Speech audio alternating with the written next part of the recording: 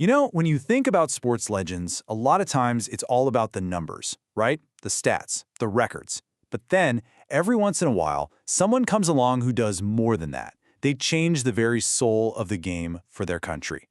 Today, we're talking about one of those players, Kapil Dev, a man whose legacy isn't just about runs and wickets, but about something more powerful, belief.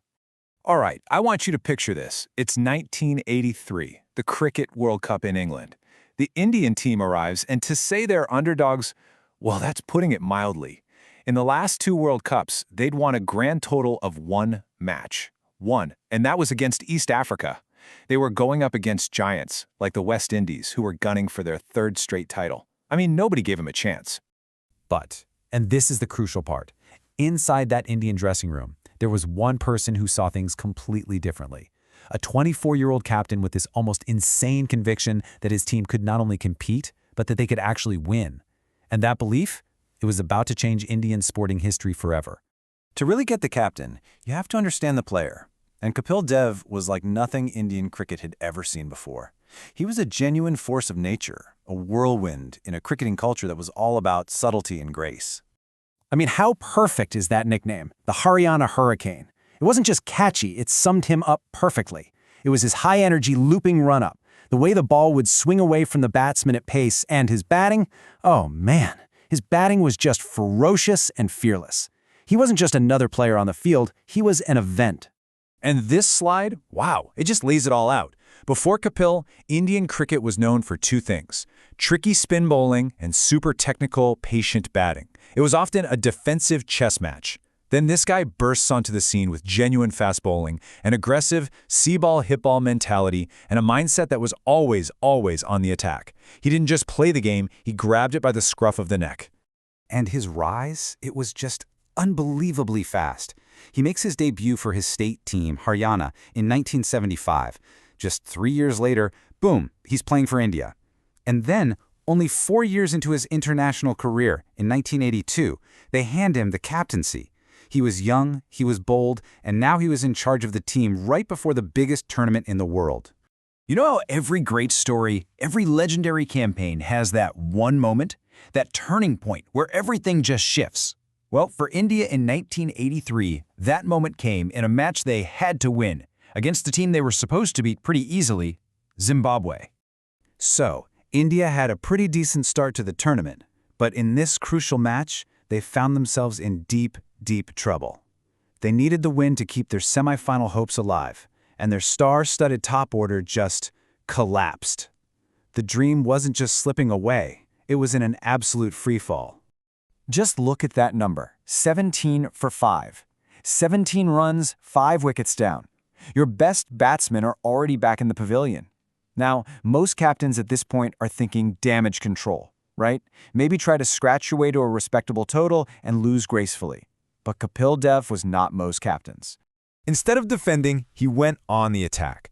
What he did next? Well, it's the stuff of legends. It's almost mythical, partly because, and this is the crazy part, a BBC strike meant it was never televised.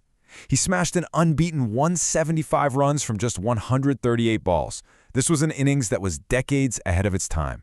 He didn't just rescue India, he totally redefined what was possible in a single innings. And look at that. That was the margin of victory, 31 runs. His individual brilliance wasn't just part of the win, it was the win. This was more than just scoring runs. It was a message to his entire team that said, we do not give up, we fight, always. That one performance lit a fire under the whole squad. That belief became unbreakable. They went on, beat England in the semis, and found themselves in the final against the invincible West Indies. But after batting first, India only managed to score 183. I mean, come on, 183 runs against that West Indies batting lineup? Surely that wasn't going to be enough. But that belief, it's a powerful thing. When the great Viv Richards was batting and looking absolutely unstoppable, he miscued a shot. The ball rockets high up into the sky, swirling over Kapil Dev's shoulder, and he just turns and runs, sprints backwards, over 20 yards, never taking his eyes off it, and takes one of the most incredible catches you'll ever see. It wasn't just a wicket. It was the exact moment the Invincibles started to look human. And from there, the impossible happened. India went on to win, bowling out the mighty West Indies for just 140 runs. At only 24 years old, Kapil Dev lifted that World Cup on the Lord's balcony, becoming the youngest captain ever to win it, a record that, by the way, still stands today. He had taught an entire nation of underdogs how to win. But okay, a career that spans 16 years is about so much more than just one incredible tournament. Kapil's journey after that 83 high was packed with incredible personal achievements and, well, one major, career-threatening trial. Just take a second to look at these numbers. In Test cricket, over 5,000 runs and 434 wickets. In ODIs, nearly 4,000 runs and over 250 wickets. These aren't just good stats, they're elite, the mark of a true world-class all-rounder who could win you a match with either the bat or the ball. And get this, he never missed a single match because of injury or fitness. The man was an absolute machine. Okay, so to really get how insane that is, check this out. For a very long time, he was the only player in this club, the only cricketer in the entire history of the game to score more than 5,000 test runs and take more than 400 test wickets. That fact alone cements his place as one of the greatest all-rounders of all time, period. So after he hangs up his boots in 1994, having taken the most test wickets in history at the time, moving into coaching just seemed like the next logical step. And in 1999, he took over as the coach of the national team, which, as you can imagine, everyone was thrilled about. But then, his time as coach gets completely overshadowed by this huge controversy. Cricket was going through this massive match-fixing scandal, and in the middle of it all, a former teammate, Manoj Prabhakar, made this shocking allegation. He claimed that way back in 1994, Kapil Dev had offered him money to deliberately underperform in a match. Now this sent absolute shockwaves through the cricket world. It hurt Kapil so deeply that he resigned as coach. But in the end, after a massive investigation by India's Central Bureau of Investigation, the CBI, the official report came out. They found no credible evidence to back up the claims. He was totally exonerated, but you can only imagine the personal toll an ordeal like that must have taken.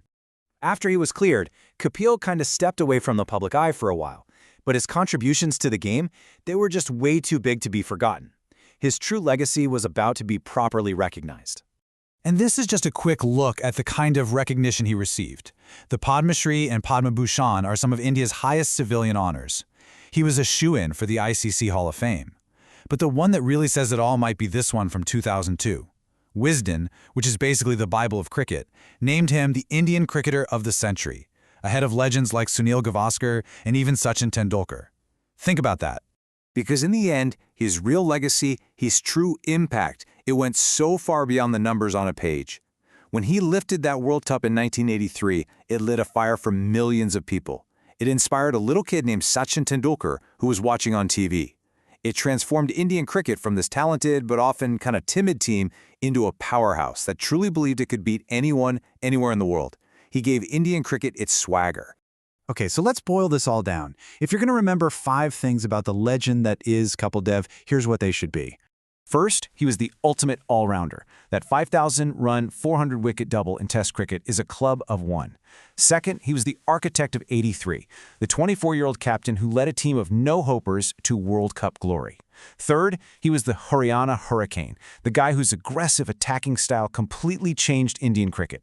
Fourth, he was an inspirational leader who led from the front, with moments like that 175 and that famous catch that were just pure belief in action.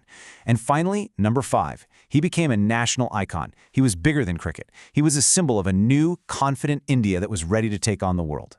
So it kind of leaves you with this big question, right? For a lot of countries, their greatest sporting moment might be a world record or some dominant expected victory. But for India, maybe its greatest moment was a victory against all possible odds, led by a captain who just flat out refused to lose. A moment that wasn't just about winning a cricket match, but about the incredible power of belief itself.